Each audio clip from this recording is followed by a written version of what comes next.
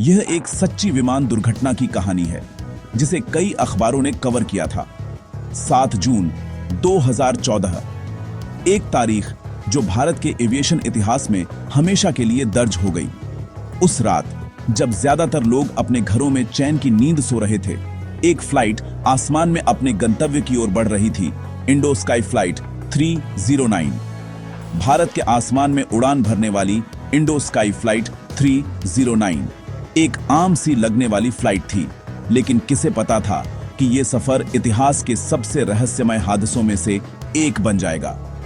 Chennai airport से भुवनेश्वर के लिए रवाना हुई इस फ्लाइट में 78 यात्री और क्रू मेंबर सवार थे। हर कोई अपने अपने सपनों, उम्मीदों और कहानियों के साथ इस यात्रा पर निकला था। कुछ लोग अपने परिवार से मिलने जा रहे थे तो कुछ बिजनेस ट्रिप पर थे, लेकिन यह सफर हवा में उड़ती एक सामान्य फ्लाइट का नहीं था। रात के अंधेरे में जब बादलों के बीच से विमान गुजर रहा था, कुछ ऐसा हुआ जिसने सबको हैरान कर दिया। कॉकपिट में बैठे पायलट्स को अचानक कुछ असामान्य महसूस हुआ। इंस्ट्रूमेंट्स पर अजीब सिग्नल्स, रेडियो पर अस्पष्ट आवाजें और बाहर घना अंधेरा। फ्लाइट 309 अब एक रहस्य का हिस्सा बनने जा रही थी, एक ऐसा रहस्य जिसे आज तक कोई पूरी तरह सुलझा नहीं पाया। 78 लोगों में से केवल 7 लोग वापस लौटे। बाकी 71 कहां गए, कैसे गायब हुए? जंगलों में खोजबीन हुई, हेलीकॉप्टर से सर्च ऑपरेशन चला, लेकिन ज्यादातर लोगों का कोई सुराग नहीं मिला। आखिरी 40 मिनट में विमान के साथ क्या हुआ? पायलट्स ने ग्राउंड कंट्रोल से आखिरी बार क्या कहा? क्या कोई तकनीकी खराबी थी या कुछ और जो इंसानी समझ से परे था? आज इस डॉक्यूमेंट्री में हम फ्लाइट 309 के हर सेकंड को खोलेंगे। हम जानेंगे कि उस रात क्या क्या हुआ, किन किन लोगों ने क्या देखा और किन सवालों के जवाब आज भी अधूरे हैं। कॉकपिट से लेकर घने जंगलों तक हम उन रास्तों पर चलेंगे जहां से यह रहस्य शुरू हुआ और आज तक जारी है। सर्वाइवर की यादों से लेकर ब्लैक बॉक्स के भयानक रिकॉर्ड तक हम उन सबूतों को देखेंगे जिन्होंने इस केस को और भी पेचीदा बना दिया, और उन आवाजों तक जो इस दुनिया की नहीं लगती थी। इंडो स्काई फ्लाइट 309 का रहस्य आज भी लोगों के दिलों में डर और जिज्ञासा दोनों पैदा करता है। क्या हम इस रहस्य से पर्दा उठा पाएंगे? चलिए इस अनसुलझे सफर की शुरुआत करते हैं। यह थी इंडो स्काई फ्लाइट 309, एक ATR 76 एयरक्राफ्ट, एक छोटा लेकिन भरोसेमंद विमान। यात्रियों की सूची में शामिल थे इंजीनियर, स्टूडेंट्स, फैमिली, बुजुर्ग और आम लोग जिन्हें नहीं पता था कि यह उनकी जिंदगी की आखिरी यात्रा बनेगी।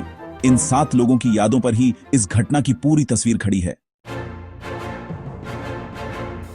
टेक ऑफ के 18 मिनट बाद फ्लाइट ने एक ऐसा अलर्ट सुना जो किसी भी एयरलाइन सिस्टम में मौजूद ही नहीं था।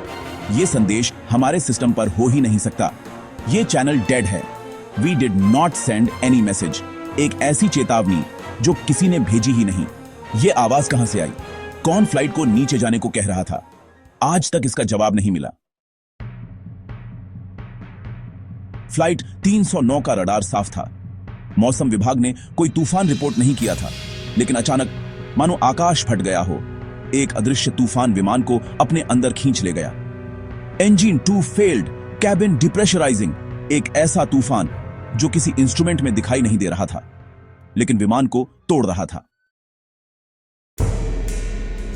फ्लाइट 309 अब कंट्रोल में नहीं थी।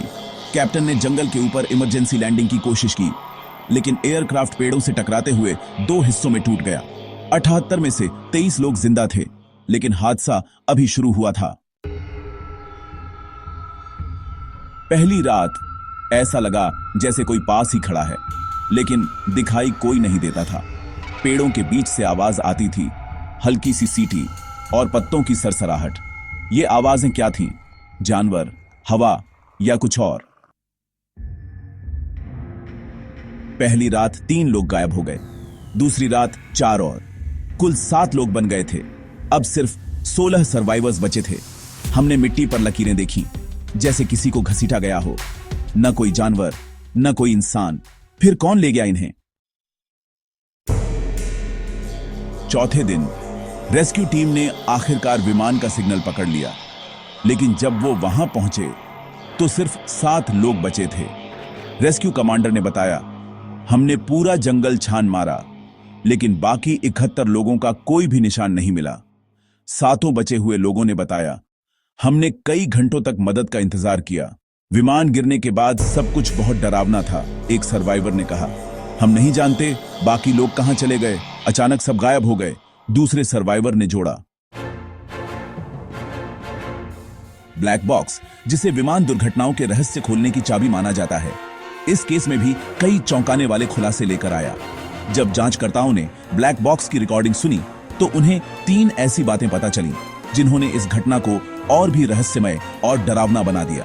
ये खुलासे न सिर्फ तकनीकी रूप से हैरान करने वाले थे, बल्कि उनमें छुपे संकेतों ने सबको सोचने पर मजबूर कर दिया। पहली बात, अननोन डिसेंट सिग्नल। अचानक कॉकपिट के सिस्टम में एक डिसेंट का सिग्नल आया, लेकिन हैरानी की बात यह थी कि यह सिग्नल किसने भेजा, इसका कोई सुराग नहीं मिला। पायलट्स ने भी इस सिग्नल को पहचानने से इनकार कर दिया। यह सिग्नल न तो ऑटोमेटिक सिस्टम से आया था, न ही किसी क्रू मेंबर ने इसे एक्टिवेट किया था, और जिस सिस्टम पर यह मैसेज आया वो तो कई साल पहले ही बंद हो चुका था। यानी तकनीकी तौर पर ऐसा होना नामुमकिन था। जांचकर्ताओं ने पुराने रिकॉर्ड्स खंगाले, लेकिन उन्हें कोई लॉजिक या तकनीकी गड़बड़ी नहीं मिली। ये बात सबको और उलझन में डाल गई। दूसरी बात, बैकग्राउंड साउंड्स।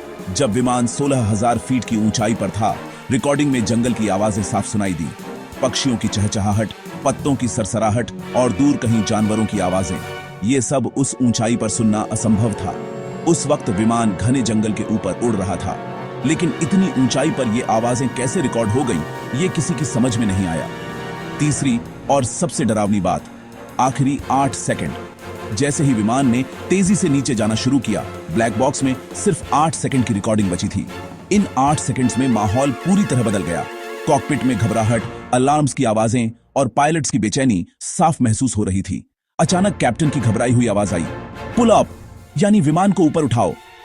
उनकी आवाज में डर और बेचैनी साफ झलक रही थी, मानो वो किसी अनदेखे खतरे से बचने की कोशिश कर रहे हों। और उसी पल एक महिला की धीमी फुसफुसाहट रिकॉर्ड हुई, you should not be here. यह आवाज न तो किसी क्रू मेंबर की थी, न ही किसी यात्री की। यह रहस्यमय फुसफुसाहट आज भी सबको हैरान कर देती है और इस केस को सबसे डरावने एविएशन रहस्यों में से एक बना देती है। फ्लाइट 309 के गायब होने के बाद से हर कोई यही जानना चाहता है, आखिर उस दिन आसमान में क्या हुआ था। अब तक 5 प्रमुख थ्योरीज सामने आई हैं और हर थ्योरी अपने साथ नए सवाल और रहस्य लेकर आती है। इन थ्योरीज ने न सिर्फ जांचकर्ताओं को उलझा दिया, बल्कि आम लोगों की कल्पना को भी झकझोर दिया है। चलिए एक एक करके इन थ्योरीज को समझते हैं।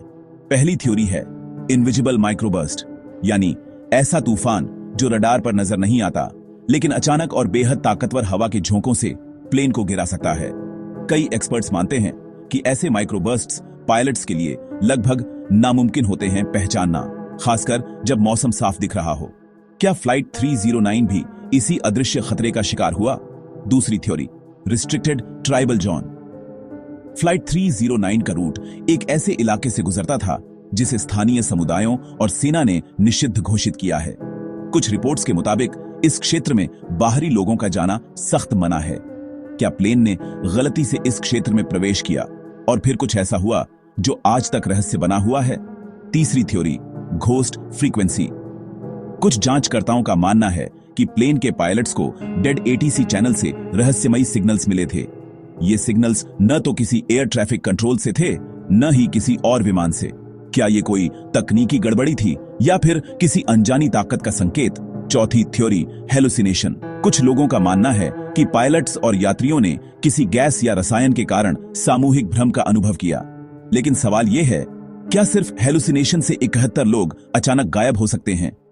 क्या यह थ्योरी बाकी सबकी तुलना में कमजोर है? सर्च और रेस्क्यू टीम्स ने महीनों तक जंगलों और पहाड़ों में तलाश की, लेकिन न तो कोई मलबा मिला, न ही कोई सुराग। हेलुसिनेशन की थ्योरी यहां आकर कमजोर पड़ जाती है, क्योंकि इतने सारे लोग एक साथ ऐसे गायब नहीं हो सकते। और पांचवी, अननोन अकॉस्टिक एंटिटी, यानी ऐसी रहस्यमयी ध्वनि घटना जिसे विज्ञान आज तक पूरी तरह समझ नहीं पाया है। ब्लैक बॉक्स रिकॉर्डिंग्स में कुछ ऐसी आवाजें दर्ज हुईं जिनका कोई तार्किक या वैज्ञानिक स्पष्टीकरण नहीं मिल सका। क्या फ्लाइट 309 किसी ऐसी अनजानी ध्वनि शक्ति का शिकार हुआ जो इंसानी समझ से परे है। इन थ्योरीज के बीच फ्लाइट 309 का सच आज भी एक गहरा रहस्य बना हुआ है। फ्लाइट 309 एक ऐसा राज है जो आज भी हवा में तैर रहा है। 7 लोग तो लौट आए, लेकिन 71 लोग अब भी उस जंगल की कहानी का हिस्सा हैं, जहां रात में कुछ चलता है लेकिन दिखता नहीं। अगर वीडियो अच्छी लगी हो तो लाइक, शेयर और सब्सक्राइब जरूर करें और RMW नॉलेज के साथ जुड़े रहें।